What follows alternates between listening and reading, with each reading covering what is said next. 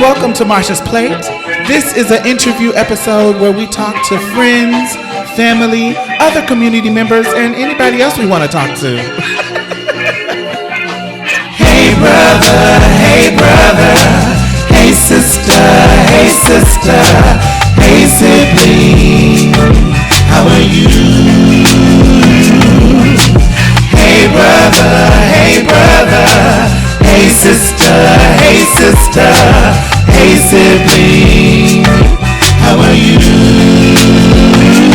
Hey, how you been doing? Just checking in today on you. Hope that the joy. Hey, what's up, y'all? This is an amazing woman. I have been so excited to have her on the show.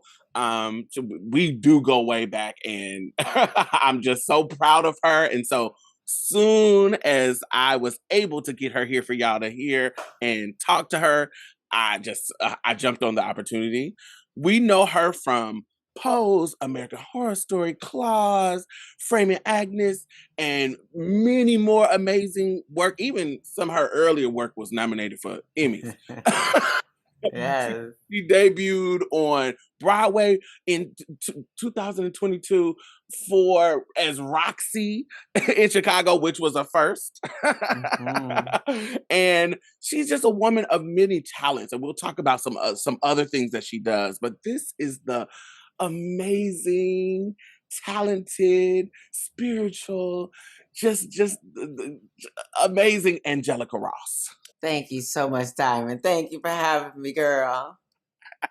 I am so excited for you to be here because of all the people that have kind of blossomed during this kind of trans renaissance. You are somebody that I have been watching for a very long time because we're the same age. I was about to say there was an emphasis on very because we are girls of a certain age. We've been around for a minute. Exactly.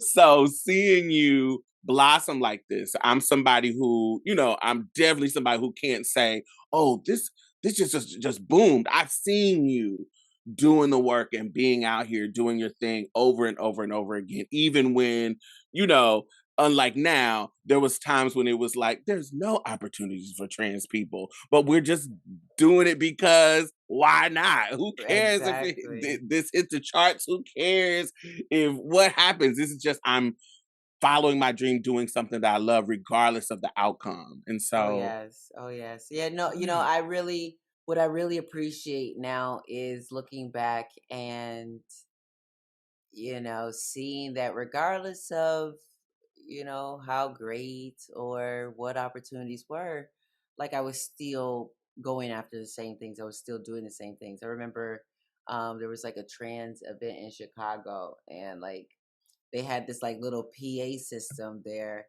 And I was gonna be singing there, and I was singing on this PA mic, and I just remember, and it was terrible. I mean, I can be honest and say, like it wasn't great, but I just look back, and just because like as an entertainer, trans or not, you go through these moments where you have these live performances, and you have things may not work out right. The tech is not always right, or whatever the case is, but I've been able to have this beautiful experience of my community still seeing me through all of that, and just watching me grow, as an artist, because they know there isn't a lot of affirmation and support for us when we say we want to do something that the world doesn't even see room for us to do, unless you're really pulling off this cis heteronormative performance, like a Kim Petras, who's sickening, just has now this single with Nicki Minaj, but she's a pop success, and a lot due to the fact of her vocals being pretty much unclockable. You know what I mean? When it comes to the pop situation, and obviously to her look, fitting that unclockable sort of aesthetic. But for those of us who are starting to embrace our lower registers and embrace all these different parts of our voice, even being able to look up to cis stars like Toni Braxton, what I'm saying, Layla Hathaways, and the folks who really have these really smoky tones on their voices, now I'm able to come full circle, and I'm back at this place of doing all the things and having all the support, from my community that kind of knows that I'm not just here to be about myself and somebody that's just looking to become a star at all costs. But they've seen me, like you say, over the years, put in the work and do it Yeah. with integrity, and not like step on other people and do bogus stuff, shady stuff to other people to get where I'm going. That's a really, really important. I think that is something that I am currently watching. I see other people doing. I'm in nonprofit, and Oh yes, I'm seeing other people kind of moving really, really weird, and I'm yeah, like, that's I as a mature woman, I'm looking. I'm like, you don't understand that you're operating from a place of scarcity, and hmm when you hmm burn those kind of bridges, it just doesn't allow for you to have a free flowing um energy with your sisters, with your people in your community. Because if you have that kind of cutthroat way of navigating things, we're baby. gonna see it. Baby, baby, baby, baby, baby, baby. Let me just tell you, and I've been around in these nonprofit circles and the grassroots organizing circles for a really long time. And there have been moments when we would be at conferences or whatever, and people will pull me into a room, and I'd be in a room with like, I don't know how many trans leaders or whatever. And they're trying to ask me to talk to somebody that's being out of pocket, in the community that's, being a certain way or whatever. And I'm just like, at first, now I see it in hindsight, but at first I'm like, why me? Like, what, like, why y'all think this person go listen to me out of all the stuff after, and community, everybody's, we're community. So we go with the facts and the things and try to like come with one, then two people and try to like, hold accountability and do all of that. But it has been a interesting journey in community, being me, because I've always held space for my privilege when I walk into a space. And I don't think that a lot of people in community are used to folks like myself, like holding space for all the things. And so there was just a lot of times when, and I've seen people leave community spaces because of how people be moving, and sometimes how we turn on each other, and many times because of perceived privilege, because it seems like this person got it one step better than the other person.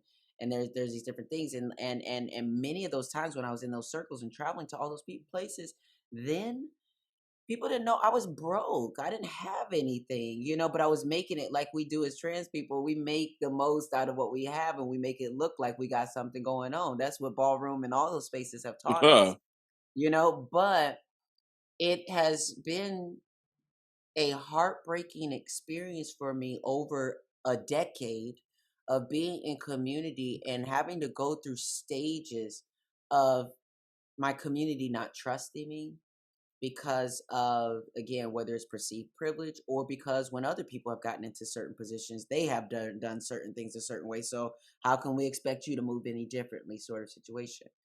So, but what I've learned, and I love this phrase that I've learned over time about not just having your heart break, but having my heart break open Mhm. and be able to be broken open to a way and understand the pain that's in my community, the sort of and not always look of a place of judgment of why people are behaving the ways that they are. Sometimes people are doing the best that they can with the tools that they were given. Doesn't excuse bad leadership. It doesn't excuse certain things, but I at least try to carry compassion for others in those spaces. But I've had to sort of wait it out so that over 10 years, people can see, no, she is who she says she is. And that I don't take things personally when I do get a lot of personal attacks or different things, whatever. Sometimes I do, But like for the most part, I try to stay out of that space because I understand in community things can be kind of messy. But sometimes we have to, there. I just don't know. Sometimes I've been unwilling, and maybe this is a good thing, bad thing. I don't know. But some days I've been unwilling to be that person to hold certain folks accountable because nobody. It seems like nobody wins. When like especially when like community leaders are fighting and against one another. But then there has to be this other space where folks who know, because there's just been so much time and space where so many of us know about problematic stuff happening behind the scenes or in community and what have you, and we're not doing anything about it. And I know this, we don't, I don't even think that sometimes we know what to do because, again, we have limited organizations, limited resources. So it's kind of like, what do we do and how do we do it without looking like a trans person shitting on another trans person? I try to give people grace over and over again. If I get to the point where I'm calling somebody out and it's a public calling out, because I usually try to, Right. If slide in I'm your at that point, DMs. yeah. Yeah, slide in your DMs, call you if I got your number, and but I even recently, and I'll talk about it later another time on the show. But even recently, I've had a situation where I had to, I was super, super gracious. And then, I felt like these bitches was trying it. So Right. no, no, I've been gracious over and over and over and over. And I can prove that I've been gracious. And now you have Right. got me across the line. So now I'm cussing your ass out Right. and calling you out for your fake ass bullshit. And this is not Right. cool. And it may look like to somebody that, oh, this is trans people arguing, but sometimes we need to do that. So sometimes we need to argue. Sometimes I need to let you know, and I need to take the gloves off, and I need to be real with you because you're trying to put on, one thing that, oh, I hate this shit. One thing I hate is when you're trying to be gracious to somebody and they get to speaking to you in Mhm. that movement language. Oh, we need to have rigorous transparency about how we are. The bitch, you don't talk like that. You a hood bitch from Atlanta. How the fuck you get to talking to now? You give me a get the fuck out of here. You don't talk like Right. that. And so, uh, I have to take the gloves off and take the mask off and say, look, I've been this gracious lady for you, Yes. and now Yes. that didn't work. So now I have to Well, let me be tell you, something else. early on in my trans tech days, when when I first was doing trans tech, I was trying Hmm. to stand on our own and have our own board and things like that or whatever before we were fiscally sponsored. And I just remember that there were a couple events that happened where folks had me fucked up. Uh, And I am a gracious person. Like I take so much time with so many people and do so much. But when you got me at the point where I'm publicly cussing you out, and even that I'm cussing, like me, I try to use all kind of, ways and words and whatever. You got me at a place where I'm cussing you out publicly. mm, It's because you got me fucked up and I have to. Like, I'm at the point where I actually have to do right. this because I don't need nobody else coming behind you thinking that this is okay. And so, like, I remember one time there was a white trans woman that was a reporter and she was in a hospital. And so, but apparently she was on like morphine or something. There was like a morphine drip or something that they had put her on. And so she had her phone and was responding to stuff that wasn't even about her, that onto my tweet, and like really just taking things that I'm saying about calling out white supremacy, anti-blackness, this, that, and the third. And she's taking it personal, like I've done this and I've done this whole thing. And then is going on like a whole situation where she's contacting now people that I know, like the chairperson of the city of like like the I'm talking about like city officials and things that I have relationships with and whatever, and saying that I was goading her into suicide.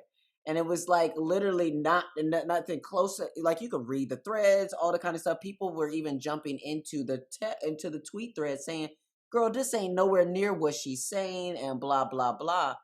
But it was one of those things where I had to. I'm not. I'm not though. I just have to show people. Look, I do my thing. I do my thing. With trans tech, I specifically created this organization because I was doing sex work and I was on this website that was known for having the girls on the website. It was just like trafficking the girls there. That's where they knew they could get a coin and maybe hopefully get some money to stack towards their surgeries or whatnot. Mm-hmm. And so when I started working, I was going to pose for the website, but then the lady saw that I had tech skills and asked me to start helping to run the website. I didn't really know how to, so I went to video tutorials and I learned HTML, CSS. I learned how to crop photos. I learned how to do a whole bunch of things. And so from that, I realized that no one really needs to know what I look like or sounded like or whatever. I could just do the tech work and clock in. So that is what I ended up doing for myself for years, was doing graphic design for Cedric the Entertainer, Ludacris. They never knew I was designing their backstage passes, but I was doing that. And so when I brought that thing to the nonprofit sector, the company I worked for said that it was over the heads of the girls we were serving. They weren't going to get tech. That was not something they were going to understand. So What? that, yes, girl. And I was just like, I was so offended. Yeah, girl, let me tell you, I was up in that building. You know, they was calling me one uppity N-word because I'm telling you, I was an uppity one. I was an uppity one. How dare I think that we should have computer access and do, Who would girl, have thought? who would have thought? I'm trying to tell them, even if you waiting tables, you tapping on a computer. So like, we need to get the folks ready. And they were not hearing it. So that's when I created this organization. I said, you know what? Let me go back to what I was doing and try to find a way to bring this to the girls as far as tech. Like, this is what was working for me. So let me try to bring this to the folks, is like learn some kind of tech. So that's where the whole idea from trans tech came from. And you know, it's been a journey, because when I first started it, I thought that the floodgates of support would be there. I thought, oh shit, a Black trans woman doing this, like, people gonna be at my door. And it did not end up being that. And it ended up being in the beginning, a lot of jealousy, like in the community, and a lot of things where I didn't actually even have anything to be jealous of. Like, we didn't have any funding. We didn't have certain things. It was just like, but it was because of me as a Black trans woman. And I wasn't even really famous at that time. But like, my personal whatever was starting to bring attention to trans tech. But it was like, it was not about me. I wasn't getting paid. Like, it was like literally none of those things. And so I had people calling me up, like, almost like, how dare you do something like this and not even call me, or not even include me, or not even whatever. And I'm just like, it was just so much going on, so many egos, so many different things. And I'm like, look, I'm just one person doing one solution, because I was a girl on a website, and I'm trying not to be that girl on the website. I'm trying to be the girl running the website. Come on. So that's where this came from. I'm not stealing anything from anybody. I'm not trying to take up room from anybody else. And so for me, it was a heartbreaking in the beginning to experience a lack of collaboration, a lack of trust, a lack of so many things. But I'll be damned if I didn't understand. When I saw what some other people were doing with their organizations and being not trustworthy, being fraudulent. Do you find that I'm so disappointed in musical artists? It feels like, do you find that same thing in your music? Because I I don't see enough trans on trans collaboration. It feels like everybody is trying to be a Beyonce and nobody is working with other people. It feels I see certain little things, but I was Well, telling, let me explain that. So yeah, I think that's a very you know, one person who has really brought clarity to that space for me is Issa Rae. I always offer myself because I want people to get things. And so a lot of times what I do is I offer my own fumbles so that people sort of understand it ain't above me or any of us, and it's kind of a human thing. Um, let's take for instance one thing. I just want to digress for a second, but the Trans 100 was something that we used to have as an event in the community that would acknowledge 100 trans people that were doing groundbreaking things in various industries. yes, I was around from day one of that inception. And when that first list came out, a lot of people were upset. And there was a lot of people like, how dare they have a list of 100 people and I'm not on the list? You know, I've egos. egos. I've done this, I've done that. Now, mind you, I wasn't one of them people acting that way. I can't say the thought didn't cross my mind at the time that it was like, you know, hey, like well, okay, I'm not on this list or whatever. But what I realized at the time was that we don't know each other. Because when the list of 100 people came out, I realized I didn't even know half the people they did put on the list. I didn't know the work that those people were doing. So, what I know is that not only do we not know the breadth of talent that's in our community, but we haven't been in good practice of good collaborative practices that are about working with the people around you, and finding the people with the work ethic around you. Because one thing that Issa Rae said was, you know, when you're looking to collaborate, they'll be like looking up here like, oh, one day I want to collaborate with this person. I can't. One day I'm gonna collaborate with Angela Bassett. Now, mind you, I think of one day that's gonna happen. I As see it that should in be. my future. Affirming. You know, I'm affirming that. I see that happen. But instead of being like, I want to do this musical, play, and web series, movie, and I want to have Angela Bassett play my mom, and I want to do this and I want to do that. We have to start looking to the left and to the right of us and not just picking up any old body. Because I'm going to tell you, there's a lot of people in the trans community that's just talking shit about what they want to do. And then there's other people who are grabbing whatever they have access to and starting somewhere. Those are the people that you want to start to work with, and then it's levels to it. So my thing is like, it is levels to it, and sometimes it can be a little like bit of an ego check for us sometimes about are we ready to be collaborating with the people that we want to collaborate with. Like, so and if you're not, like, work on it, work on the things of working with other artists and people around you. But then there's certain places where, say for instance, like, I'm gonna tell you right now. Like, I mean, I am in the process of collaborating with certain folks. Like one person that I'm collaborating with is a rapper named Monday. He spells it Mondaii, and this brother is cold, like smoking cold. Like, he reminds me of Magoo rapping back in the day, like that, like Mm. with his voice. I mean, and just very prophetic with his like spit. It's very, very good. So he's rapping on a couple of songs that I'm doing. I'm also collaborating with Terrell Carter, who some of you know as he was recently on Empire. He played Felicia Rashad's son, who was basically scamming Jesse Smollett as his, being his husband or boyfriend. He was like the really built dude, but he's also known for being the sexy guy in Tyler Perry's plays of like singing all the smooth runs and all that. So we have Yeah. a song coming out called Higher Ground, and he's openly, you know, gay and queer. But the thing is like, I think about people like him, and I was so grateful when we were collaborating together, because I'm like, your voice is insane. I'm not even there, you know, and it's like, but I'm a great songwriter, and I am good at what I'm good at, which is maybe not all the runs and whatever, but it's at delivering a clean tone.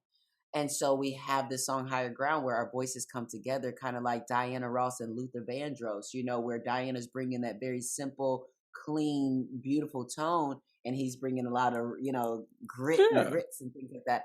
And then there's, I'm collaborating, me personally, I'm collaborating a little bit of everyone. And sometimes that some of those songs take a little longer because whatever reason, and sometimes it goes like that. Uh, Mm-hmm. there's one person who I won't say it right now, the name right now too, because I'm not the one to jinx the situation. But it's one person that me and her been in the DMs for a minute, and we've been kind of like we've met in person, and we have met in person several times, and we now just have like a friendship online. And she's one of the biggest pop stars of our time. Right. Like, I still am gagging that she wants to collaborate and do a song together. And I was telling her the other day because we were talking. I was like, "Oh, maybe we could do this or that," and I was like. She's like, well, I have my process. And I was like, well, listen, I'm totally down with following your process. I'm just getting into this game, blah, blah, blah. I was like, I'm just waiting for somebody to wake me up and tell me to finish busting these tables. And she's like, listen, she was like, you are immensely talented. And she's like, how about we learn from each other? And to have that kind of affirmation from stars that have been in this for a minute and have had Mm-hmm. real success, it's such an affirmation for me. But again, as you see, I've moved different. And so I've always been the type of person to then turn around and try to work with the next person that's coming up behind me and find those opportunities. But I don't think everybody's like that. I would love to work with, like, some people I got my eyes on is I want to do a collaboration with Saucy Santana. I want to do a collaboration with Lil Nas X. Mm. I got a collaboration. I'm working on, me and Todrick Hall are gonna be working on something. So it's just like I'm open to collaborating with whoever wants to collaborate. And for me, what that means is I'm a musician, so sometimes I'm the producer and I produce the track, like I did with Right. Higher Ground and a couple other songs. Sometimes I'm the songwriter and I write the lyrics or the top melodies. Sometimes I'm a vocalist and a featured artist, and sometimes I'm the main artist, and that can look like whatever they want it to look like. Right. So there's more queer artists in my DMs right now that I'm literally setting up time to start working with. So I love there's that. I'm working with Ripley. With me and Ripley are trying to like get, because she's a songwriter and lyricist. So, or they, I'm not sure what their pronouns are, so I'll say they. But like, Ripley is someone I think is extremely talented, and I'm trying to make the space now to create a session and start working with them. I love it. So usually we start here, but we have went another place, which is okay too. Um, Tell me about growing up. So I know you grew up in Kenosha, Hmm. Wisconsin, which is a little bit north of Racine. Is that Well, where? actually, I grew up in Racine. I was born in Kenosha. Oh, okay. Okay. So tell me Hmm. about growing up in Racine. Tell me about who was loving on you, who was your people, who was your tribe. Growing up in Racine was a little difficult, and I think it was really difficult because people underestimated Racine a lot. Oh, it's a small town. It's Wisconsin. What, what is there black people in Wisconsin? Cause baby, I'm trying to imagine what is Wisconsin like for a black person, and I cannot imagine. I don't know. Right, right. So I mean, I think that immediately people think about Packers, cheese heads, and like that kind of that the Milwaukee Bucks and beer and whatever. But like and it is a lot of whiteness in Wisconsin. But as we know, there's a hood in every corner of America. And that's where you found me in Racine, Wisconsin. We called it 3 Mile. 3 Mile was the hood. And so I grew, and the thing about that being the hood and being such an unexpected force is what people didn't understand was that Chicago, big city, Milwaukee, Wisconsin. So you got Chicago, Illinois, and you got Milwaukee, Wisconsin. And Racine is in between the two. And so, your gangs and your drug traffic that was in the major cities used Racine as like this middle hiding ground. And so the gang territory was tough in Racine. It was a lot of gang activity, a lot of drugs, prostitution. Like I grew up in the thick of it. And so many times in the neighborhood I grew up in, we just got accustomed to drive-by shootings. We were told like not to be in the house at certain times. It was very much that. Um, and then it was also a situation where I talk about the fact that my mom was basically kicked out of her home in Charleston, West Virginia, when she was pregnant with me. And so she ended up going to Wisconsin, pregnant with me. And she ends up meeting and dating this guy. And he ends up becoming my stepfather. And the only father I pretty much knew for that whole time. So since I was born, he was the dad that I knew. But so because of that, people saw me and my brother and things like that as this privileged family with two parents in the house, and they both worked and what have you. So there was, and it's so interesting in the hood too, because like your privileges was having two parents in the home, Mm-hmm. was having a vehicle, let alone two, was there was just different levels of privilege that now many times, like right now, a lot of us see as like regular stuff, but Right. those were privileges. And so I got kind of teased a lot, about, because my parents pushed education. We couldn't bring home C's. We got whoopings if we brought home C's and stuff like that. So, my mom, when she taught us our multiplication tables and the alphabet, she did so at the chalkboard with a belt. Like that's so, baby, I knew my multiplication tables backwards and forwards in kindergarten. I was reading them hoes under the table. I'm telling you, my vocabulary, everything. So we were very, very smart going into school, and then so I then ended up in like the gifted and talented programs that were sort of like an accelerated programs. And as I went into those programs, I was starting to realize I was less and less. There was less and less Black people in my classes, and I was like starting to be the only Black person in my classes, which then created a certain dynamic when I went back home to the hood. You know what I mean? Where all the Black people were at. So let alone that I started to display feminine tendencies. Mm. So it was a interesting navigating that territory. Like hitting on, like trying to have a girlfriend because that was a thing to do. But My girlfriend, she was fucking. We kiki now because her name is, I'm gonna shout her out. Jessica Lawson. Jessica Lawson was everything that I wanted to be, baby. She was artsy.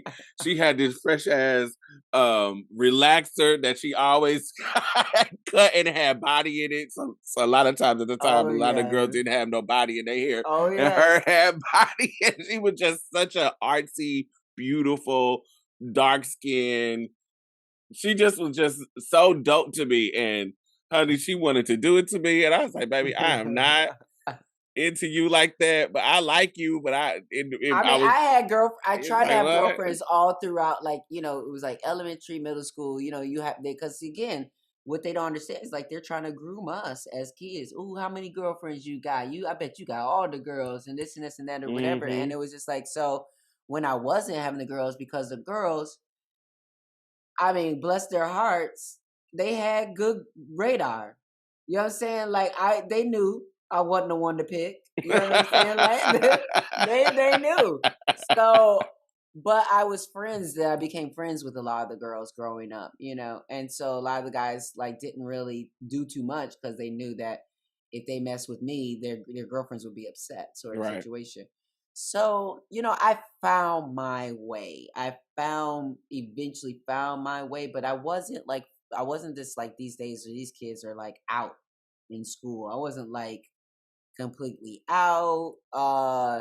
And although people recognize me as feminine, but I just remember being like junior year, almost senior year, coming out to one of my closest friends that I like went to church with. We wrote songs together.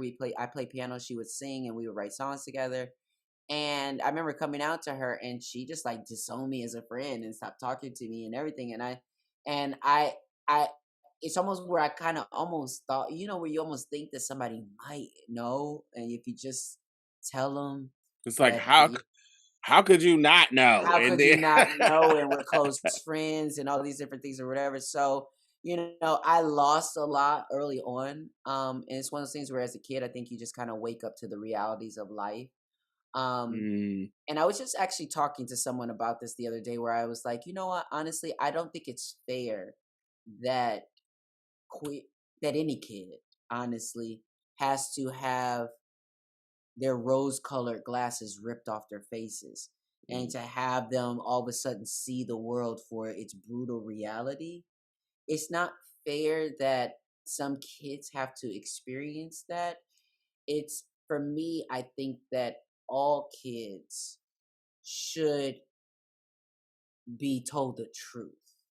And we need to start teaching the truth in ways that are digestible for children so that not no one kid has their glasses ripped off because they've experienced a certain type of rejection or abuse or what have you, but that all the kids all the kids grow up and understand that abuse exists and that this is what we need to look out for. And so because as a kid I think that I sometimes people credit me for being an old soul or being knowing more, growing up, or this, that, and the third. When again, as queer children, as anybody that's disabled or has any kind of difference, they automatically start to wake up to because they have to see the reality of the way that things are different for them and different for some people. Exactly.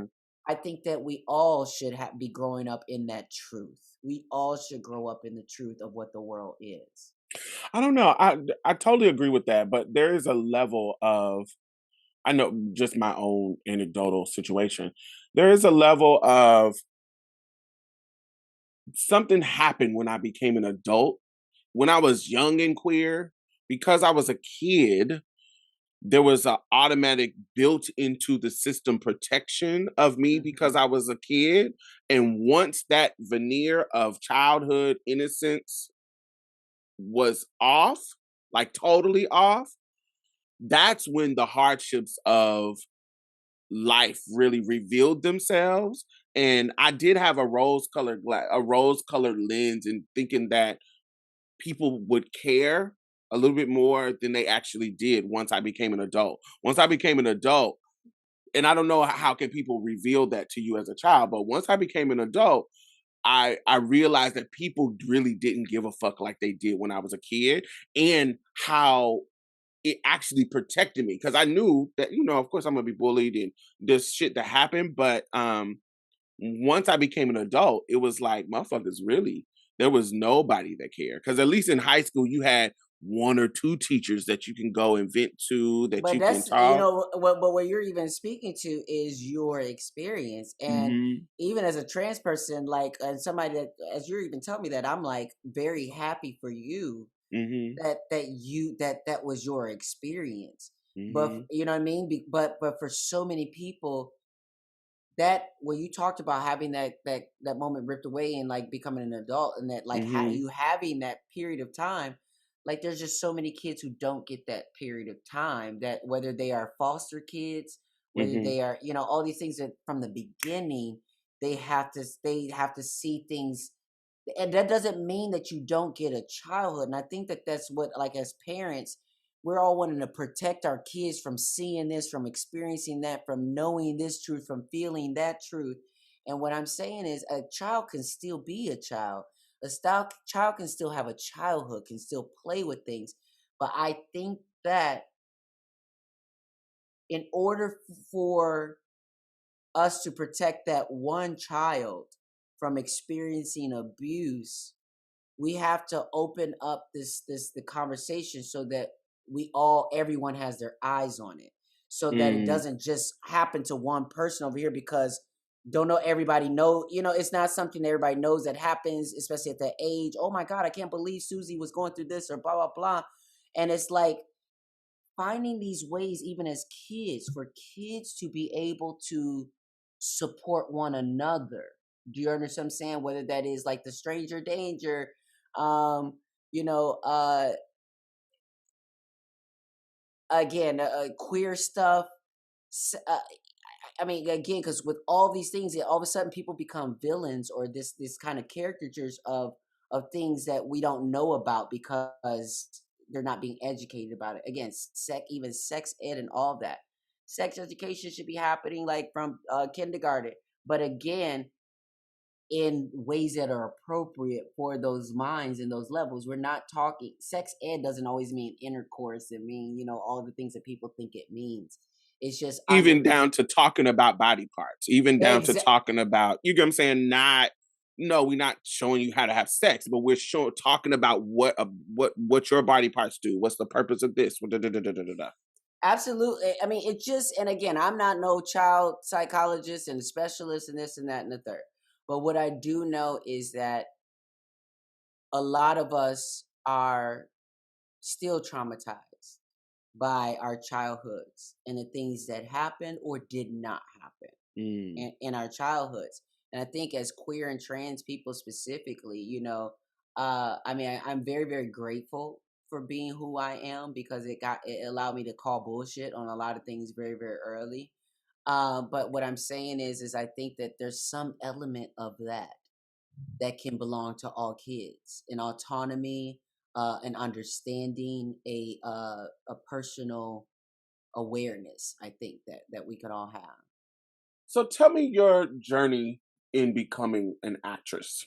So obviously, I started out in musical theater, and I did Hmm. musical theater for about 11 years, and I started like in a grade school, Okay. and it was not just the school plays, but there was like this city troupe that would hire. I got paid for acting, and I remember they would have these auditions, and there were just like sort of these tiers of acting.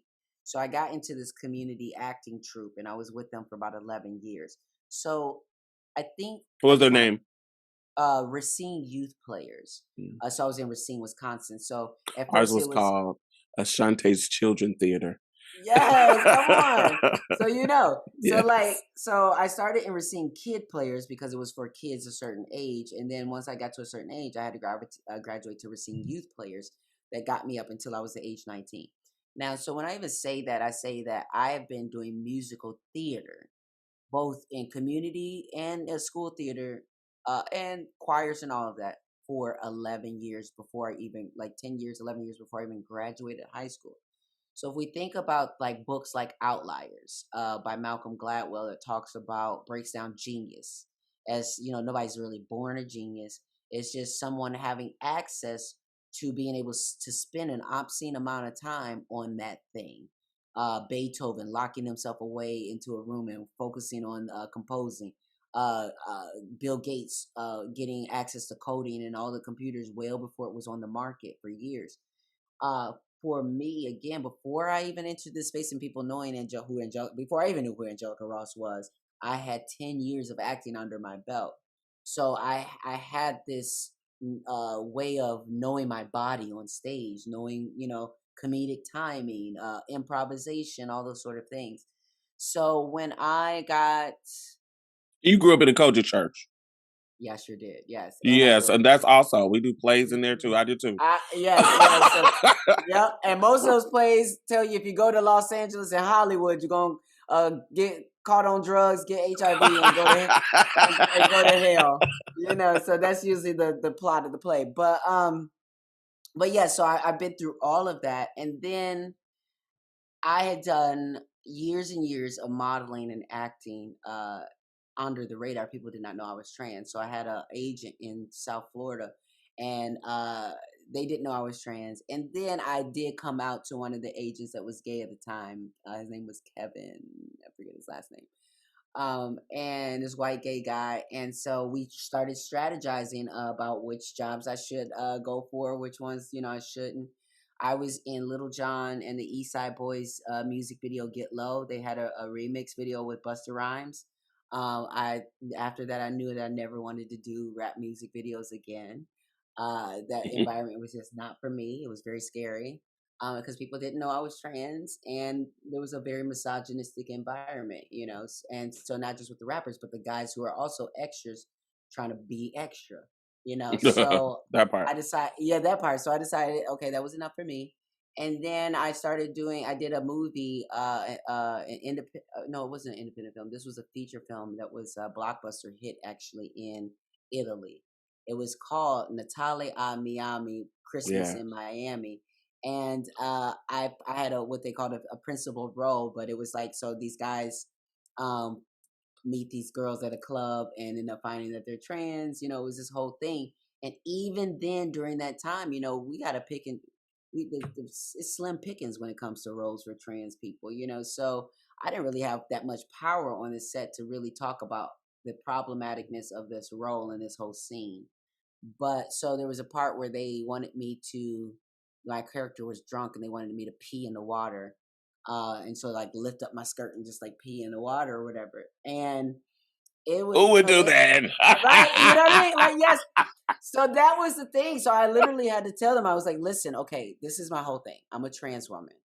And they did me a solid and they didn't tell anyone else on the set that I was trans. So because what happened was it was a group of trans women that the thing was about.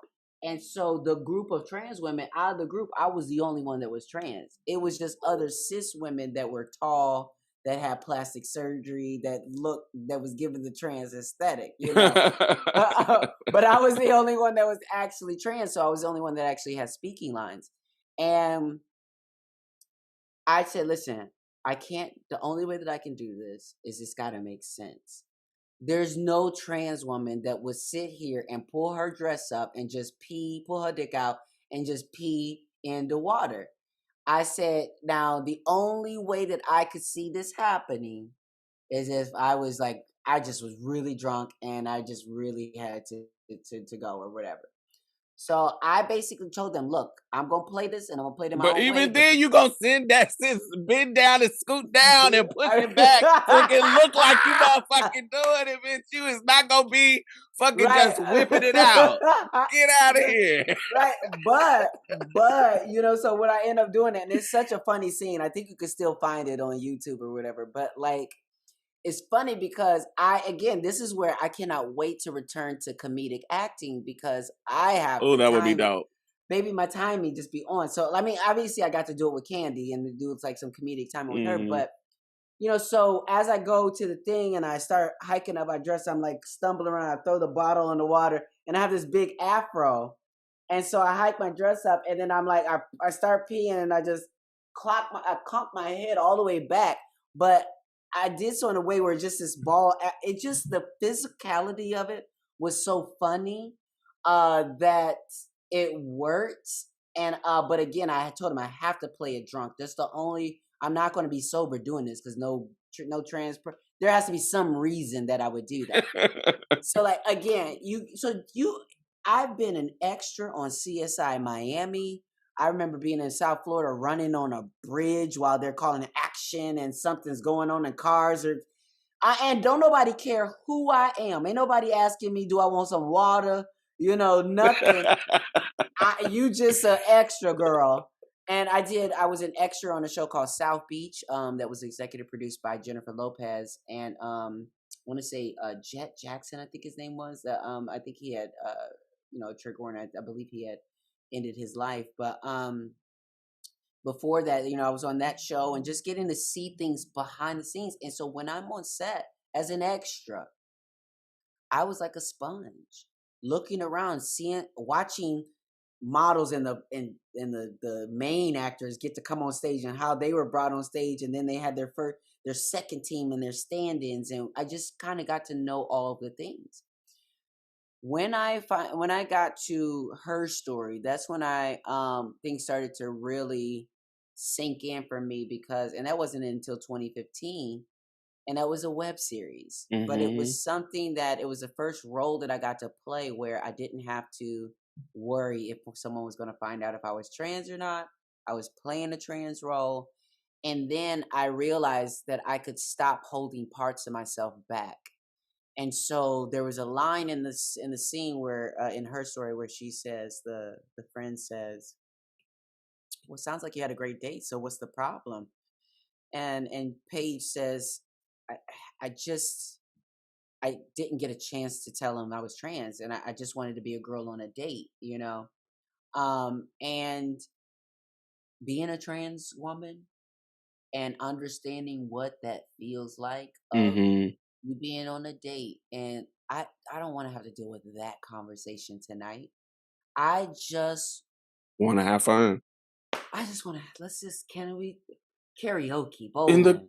comfort of a man. Yes, sing, Diamond. Yes, you know what I'm saying. So like that's when I things started to settle in for me, that I was like, okay, this is about to be a real thing for me as an actor.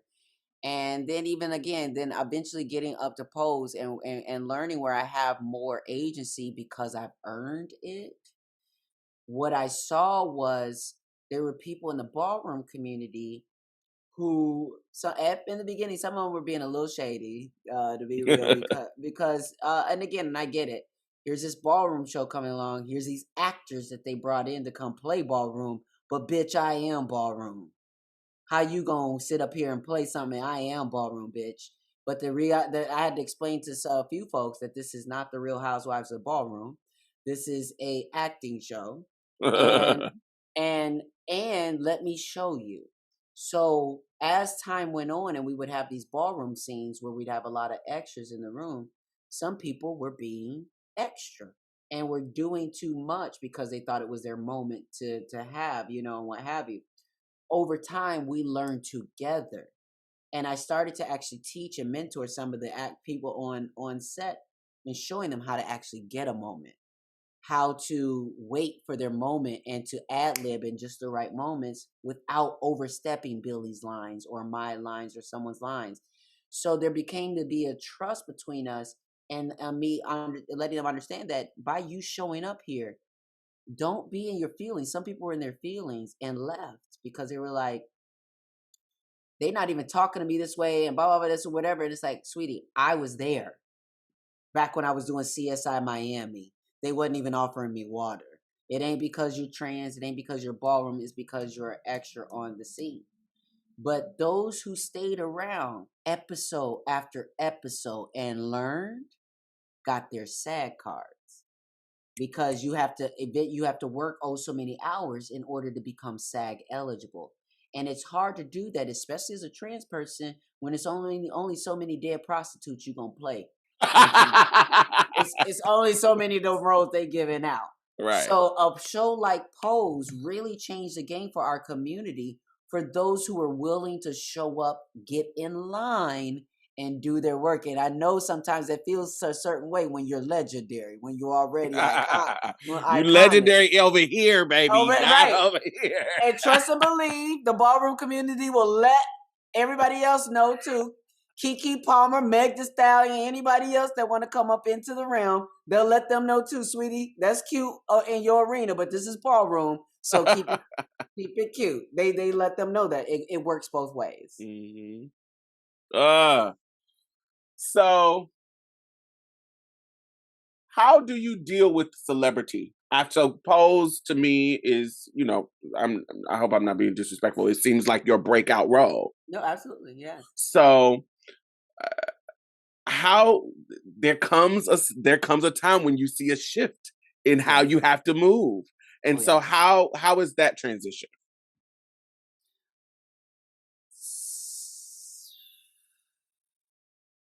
Because it has to be isolating. It has to be part of it is a little good. isolating. Yeah, part of it is good. Part of it is isolating. Part of it is very confusing and very frustrating.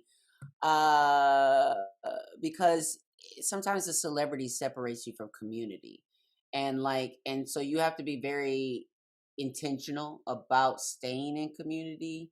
And also curating the spaces to be in community, because as a famous person, I can't just be in community every day, because that means, like, of course I know everybody, I'm in community with everybody, so that means I can't, that means, am I available all the time to be on the, the DMs and calls and text messages and all this? No, I'm not. It's, and so there's many times too where people have stopped seeing me as a person, and they just see me as an opportunity.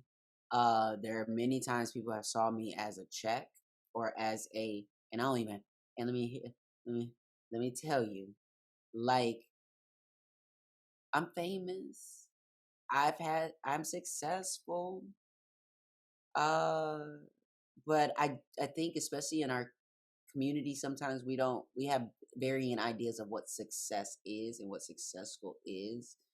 I'm successful, I'm able to pay my bills, I'm able to take a trip here and there, I'm able to do some things. I have also found ways with the little bit that I have to create a nonprofit, to provide resources and a lot of other things for other people. um that's it. I ain't got it. I'm not Scarlett Johansson. I'm not, I don't have blockbuster movies with bank account, I'm not sitting on millions. So when I do help someone and I do help people, that's probably the one person I can help for that amount of time. For that time, that person, that was who I helped that year.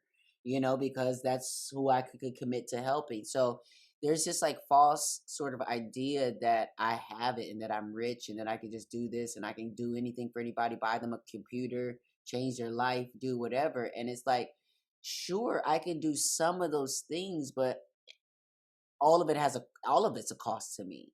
So I, there has to be, for me at this point, there's like, when I am helping people, there has to be a return on my investment. And that doesn't mean that I personally am enriched by the things, but that means that you then take what I've given you and have grown and blossomed and done something with that, so that the next person, somebody can learn from you or benefit from you, or things like that. But what I feel like when it comes to my celebrity, what I want people to hopefully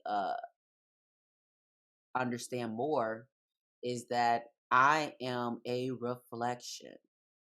I'm a reflection to you, to to your possibilities, what you want, whatever it is that you see in me is a reflection. Everything you see in me, the beauty, the talent, the this and that, whatever, all a reflection.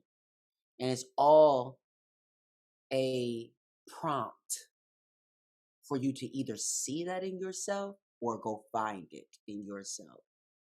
And so instead of looking outside of yourself, thinking some celebrity or some person is going to, oh my God, I meet. So, and sometimes I get this nervous energy around me, is Angelica, is this, is that. I try to continue to remind people that I am just a reflection, sweetie. I am, and in those moments in where you get to have, I'm in your presence and we're in each other's presence, I want you to see the reflection and bask in the reflection. When I talk about celebrity, I learned from my Buddhist practice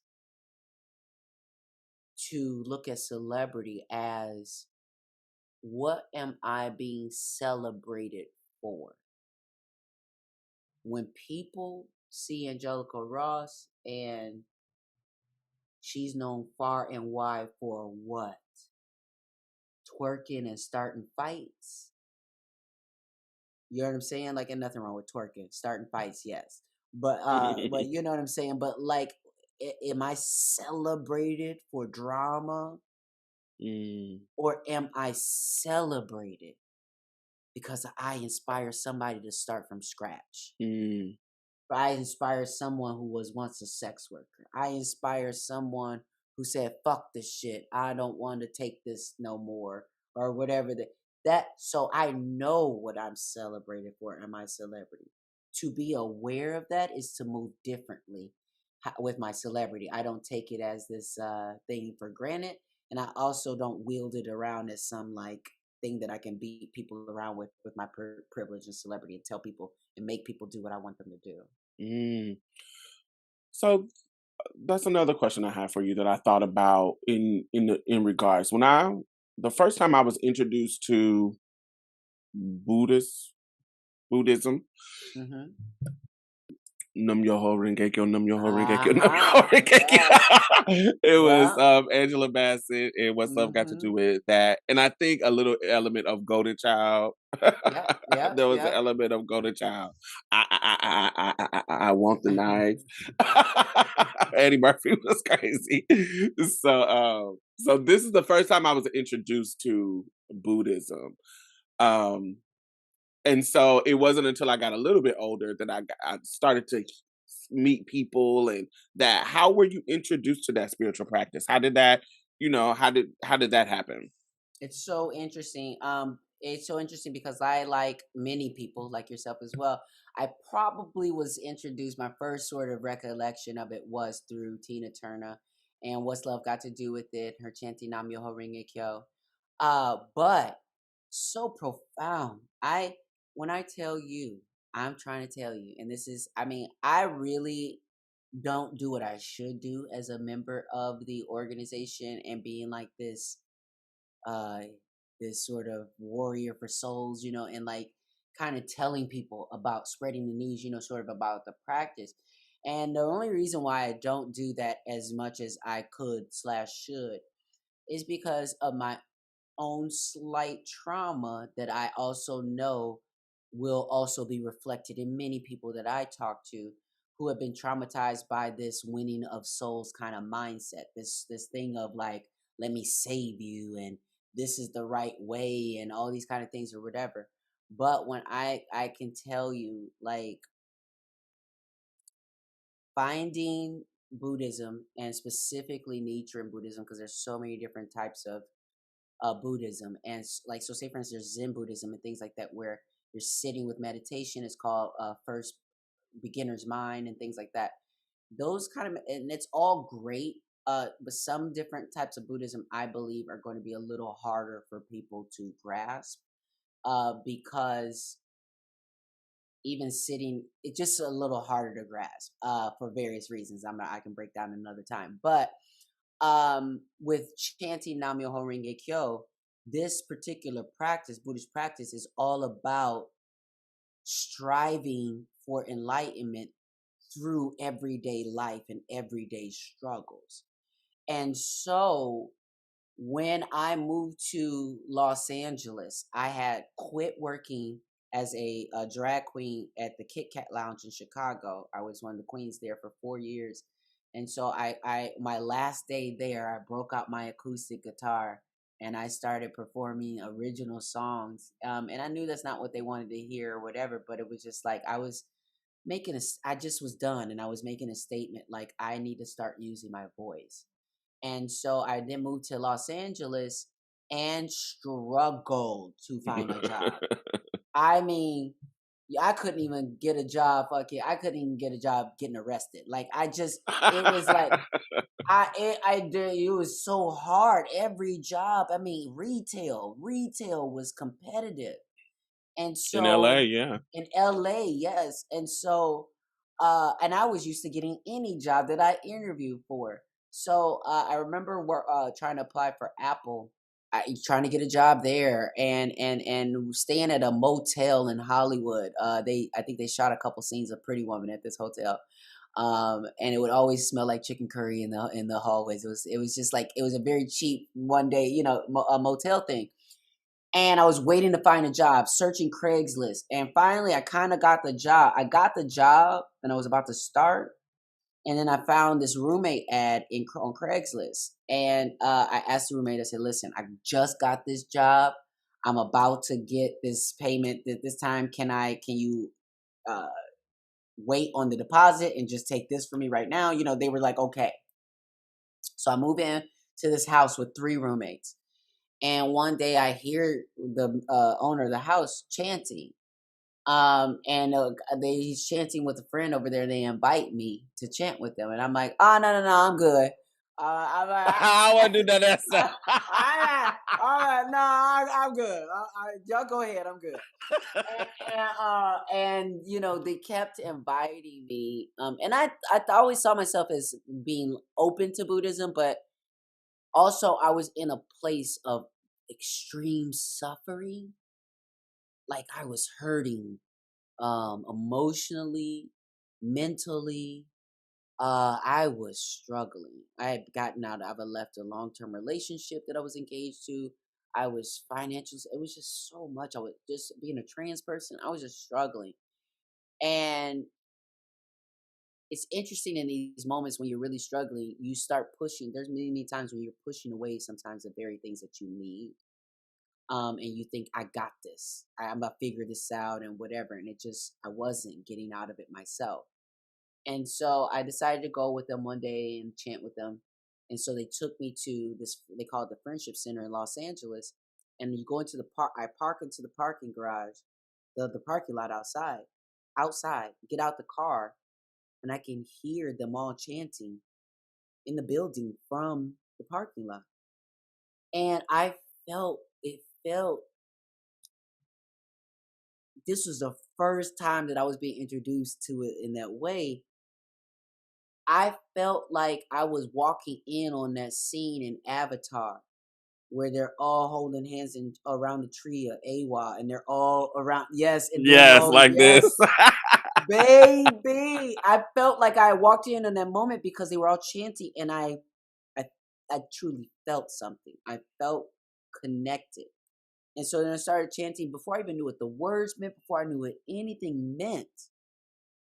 I tapped in, and it has had a hold on me ever since. And it's really been this thing that gets so profound. The more and more you learn and study, I've been studying now 13 years.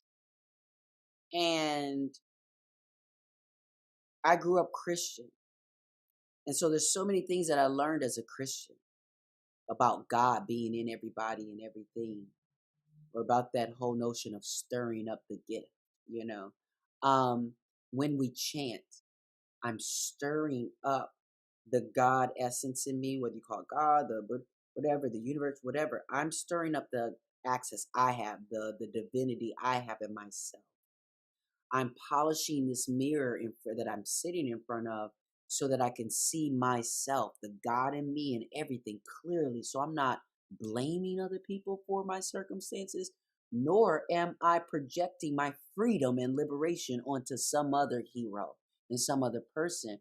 But it really does get you to, again, this is why Angela Bassett portrayal of Tina Turner was so profound for so many people. Metaphorically, it is illustrating what it looks like to say, I don't need nothing but my name.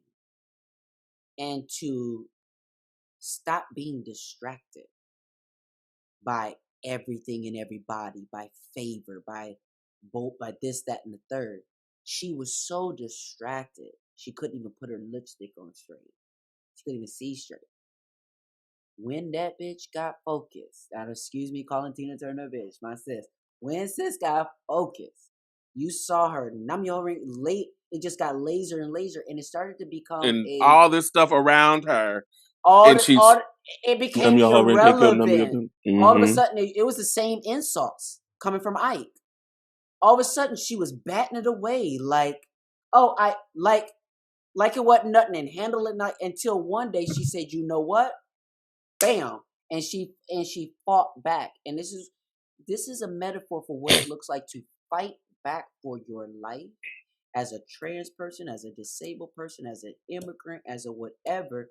Do not allow this world to victimize you, to say that because you are this, you gonna be abused, you gonna experience this, you gonna experience that. Yes, you might experience some of these things, but you don't have to be victim to those things.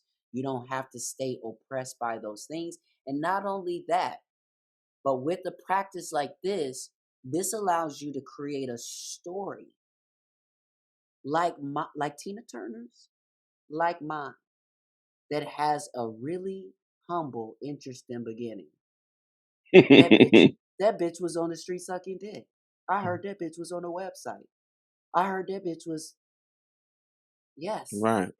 She's also was at the Emmys. She's Emmy Mhm. nominated. You know what I'm saying? But it's like we have to understand that none of us are safe. None of us are entitled to safety, to no drama. You know, it's like our egos have us saying, why me? Why'd I gotta go through this? And why this and why that? Why not you, bitch? You a trans woman too. What makes you think you're not gonna get called one? What makes you think that you're not gonna have to fight for your life? Mm-hmm. You understand what I'm saying? So, as queer and trans people, I feel that we have been robbed of spiritual practice. Practice. Not just faith and believing, because I think that some of us have been handed down some bad faith. Women in our family who have held faith in bad systems Mm-hmm. and bad practices. We know better. We know as trans people when something didn't feel right, but we're a lot of us are still disconnected though from a divine source, from a spiritual practice. So this is where I'm going to be on this part of the podcast where I'm going to have the altar call. Come on, altar call. I'm speaking to your heart right now. And I don't care what practice it is. Hinduism, Buddhism, Judaism, Yoruba, Christianity. I don't care what it is. You need trans people, queer people. It's imperative to your survival that you find a spiritual practice. I don't care what it is. But basically what it's saying is, okay, let's say you don't believe in the word spirit, soul. That's too Christian for you. That's too whatever. But I know you understand energy. I know you understand when you got a lot of energy and when you got a little bit. I know when you understand when your energy is feeling good and when your energy is feeling kind of negative and not so good. So what I'm Mm-hmm. asking you to do is develop a practice of being able to ask yourself, how is my energy today? Spirit, soul, whatever. How's my energy today? And then be able to have a practice at being able to do something about the answer that comes up. Mm-hmm. My energy is not that great today. Okay, so what spiritual practice do you have right now to address that? Is it through song? Is it through being with nature? There's so many ways of being spiritual without thinking oppressive. Right. So I want to encourage our folks to return to a spiritual practice and find a spiritual practice. Mm. I say Buddhism. If you want to learn about it, there's plenty of information out there, and I'll point you to the right direction. But it ain't the only way, and you can find other ways. I love that. I love that because I even for myself, I feel like once I honed in on a spiritual practice, even on the basic level, of solace, just the basic level of, I have something to fall back on when I'm having a fucked up ass day or fucked up ass situation. I can unplug and say, I need to be recharged and revamped. I have something that I can actually do that with. And so I think, yes, I think absolutely whatever that is for you, it could Whatever that be, is for you, yeah. it could be anything, whatever your practice, your spiritual practice to get yourself in that energy to recharge and not be burnt out. I think, yeah, And a that's spiritual perfect. practice is not academic. Yes. Yes, there are parts of study. Even in Buddhism, we have our 4 pillars: is practice, study, and listen, this is where I'm bad. Faith, practice, and study are our 3 pillars. And so all of them are important. But what happens is a lot of people, especially in Christianity, uh, start to be living in their faith from a strictly academic space, and then they're just throwing around verses and Bible things and stuff that just has no real meaning for them and for the actual context of what you're speaking to. So In in the order to context of now. in the context of now, exactly. And so in order to make it a living word, You have to have all the things. It has to be a living faith, a living practice, practicing every day, and not just something that you read about in a book. Facts. So tell us what's next for you. What's coming up next for you in your life? What is something you want to explore? What is, do you have anything coming up? I'm known to be that bitch that flips tape.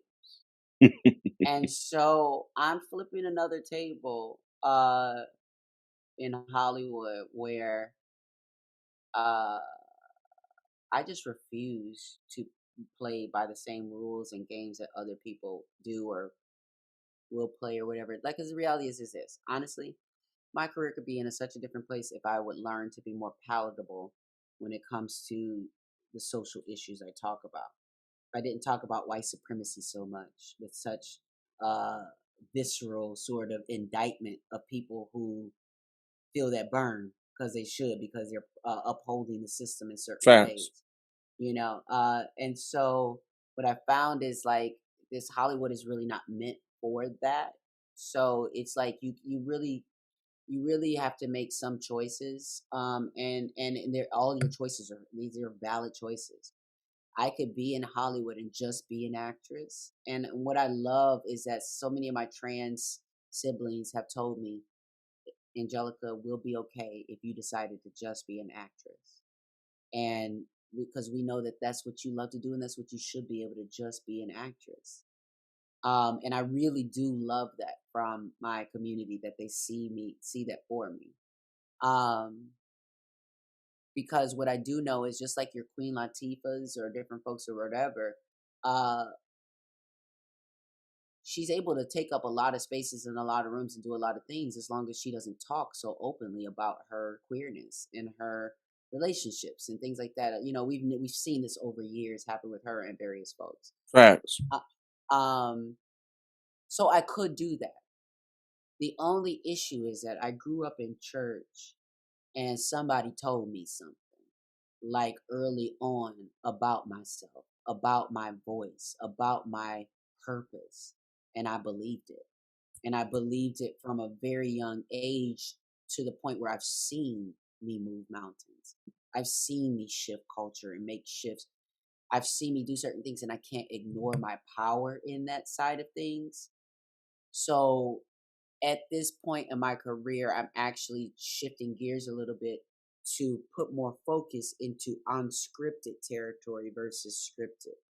I'm still available as an actor is in scripted work. I'm working on a movie right now that I'm executive producing with a very well-known person who's just incredible, and we have an incredible director on board right now, and we are currently interviewing writers right now to finish the story. But it's going to be a very big movie moment for me, a feature film. And those, as we know, films take time. So I don't need the perception of me being on and popping. I actually love the ability to kind of like step away and really work and fine tune on these projects. So I'm working on this film. I've written a series loosely based off my life that I've written as a series, but I'm actually in the process of looking to transition that to a stage play, and so we're looking at that.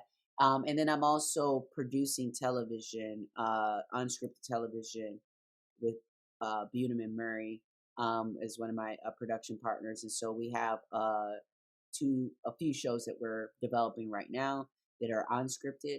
I have a children's show that I am executive producing with BET Studios. And so there are definitely some major things that I have in the works, and then I'm working on a lot of music. I have this song called Purr that I am so excited about. So right now, Purse, if you're listening to this, you should be able to download Purr right now. There is an explicit version and a clean version. So I suggest if you Hmm. are a mother Holy Ghost, God fearing woman, you might want to listen to the clean version first. But I'm really, really excited about that. And I have so much more music coming out. My single Higher Ground with Terrell Carter is coming out as well. I have music coming out with Monday, and then I'm hosting Stonewall Day for Pride, and actually performing in a lineup with Christina Aguilera, Work. the Betty, Mila Jam. And again, these are all these full circle moments where I'm almost like pinching myself, like, what is happening here? I'm going to be in May, in a couple weeks, I'm going to be at the Strength of a Woman Summit, Mary J. Blige's Strength of a Woman Summit, speaking on a panel there, and I'll be at the Purpose Ball. So I guess Mary J. Blige, Brandy from P Valley is going to be there on so it's going to be a really good time there. And just there's a few other things that I can't talk about that I'm working on, but just know that like I'm kind of shifting direction where I'm not allowing myself to be on demand anymore. So there's so many things that happen within our community.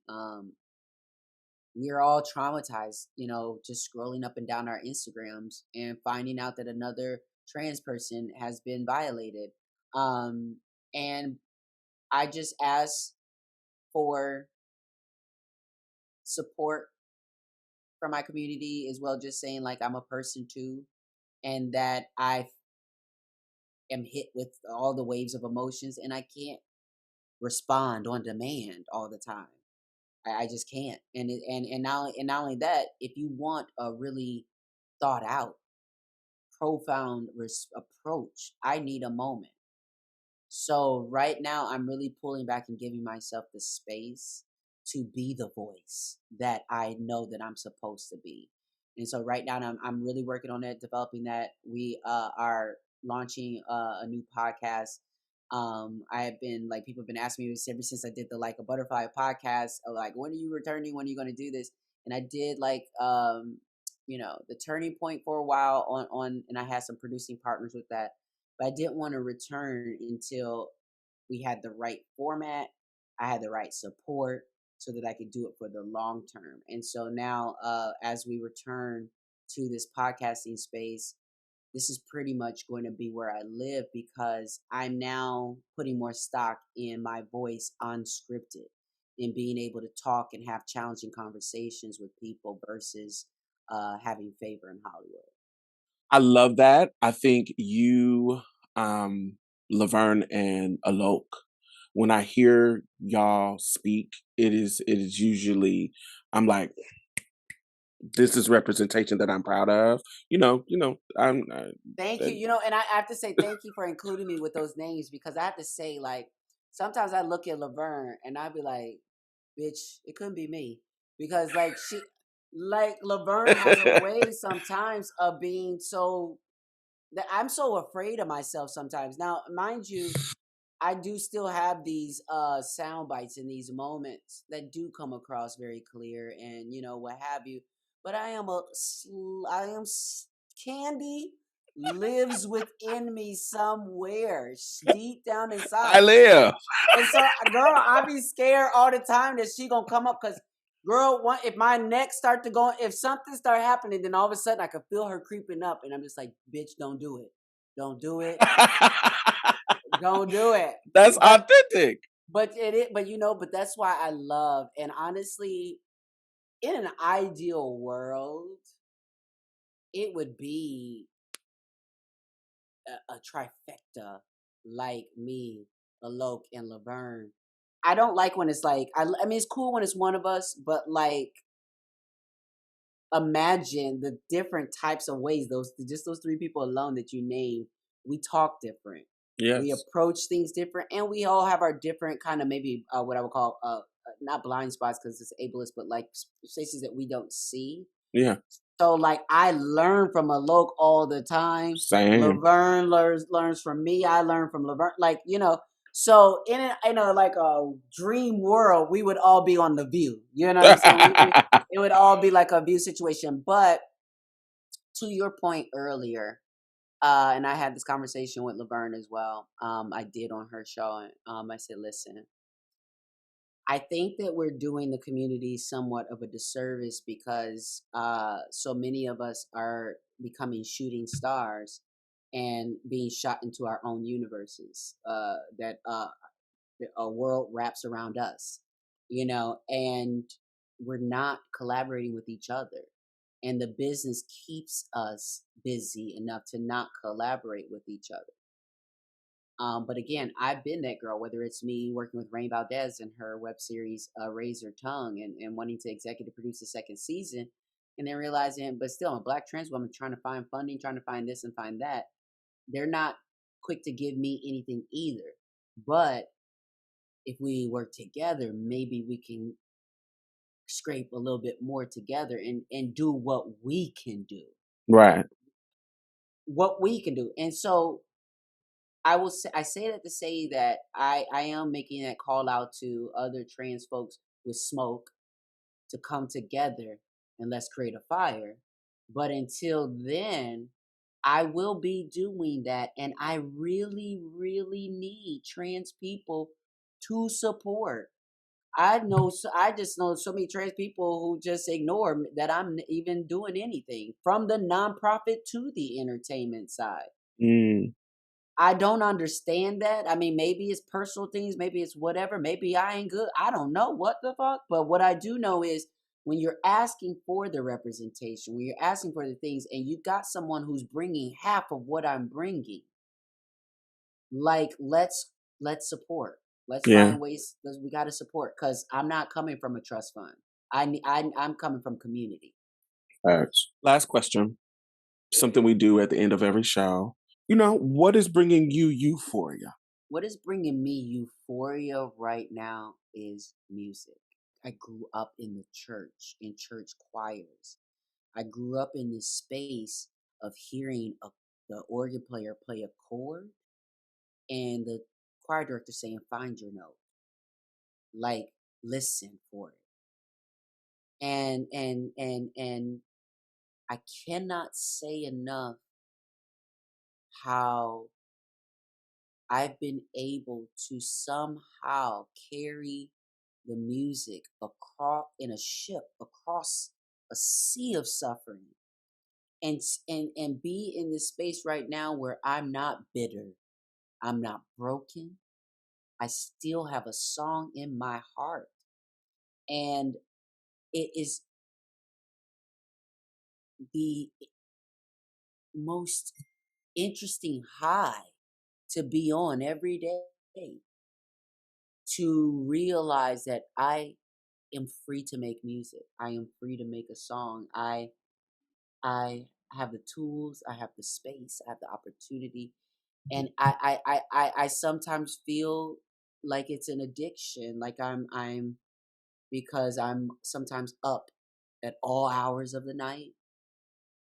You know what I'm saying? Mixing, mastering, headphones on, doing this, recording little vocals, whatever. But I'm happy. I'm happy. And what I realized was, oh, wait a minute.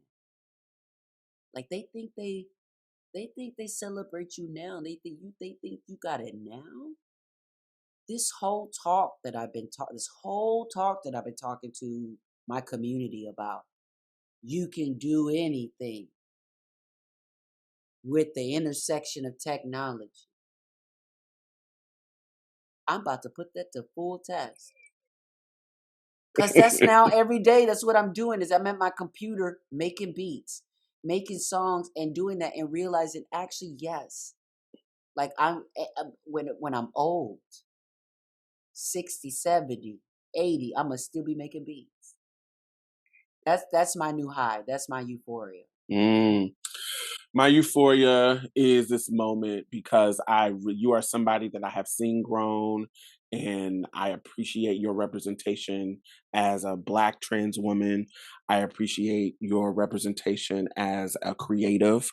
You know, you're just somebody that I've always saw in the peripheral, like, oh, she's really doing what I'm doing over here, just my thing. And, we're just trying to make it work, just enjoying our I remember, talent. because now that I think about it, I remembered a video or a song that you did, and I was like, wait a minute, Diamond.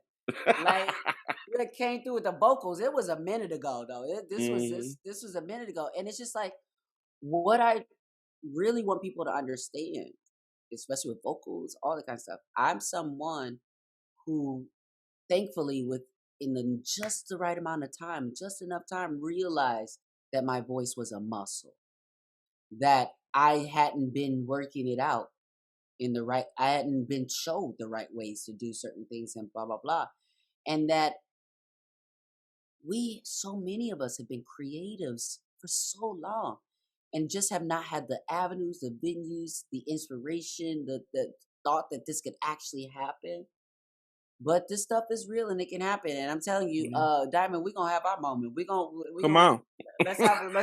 have a song, right? Let's go ahead and we're gonna figure this out. We're gonna have a moment. Let's have a session. Let go. So thank you, Angelica. I appreciate you. You're always welcome back. And tell the people where they can find you. Not that they don't know, but still. Yeah, listen, because you might not be able to find me on Twitter these days because, like, I don't know what's going on with Elon and Twitter over there. But you can find me on Elon Musty. Yes. You can find me at Angelica Ross on Instagram and on Twitter. But mostly, if you just go to missross.com, MISSROSS.com, that's where I'm going to keep the people really informed. So make sure I'm going to have all that linked down in the bottom. Yeah, this is a dream come true. Thank you for your time, and I appreciate you. I love you. Keep doing your thing. Yeah, make sure you edit this down because, girl, we had a key. Definitely.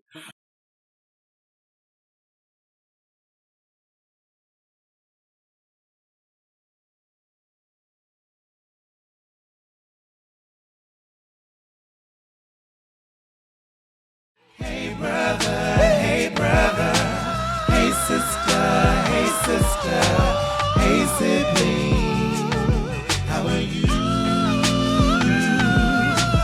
Hey brother, hey sister,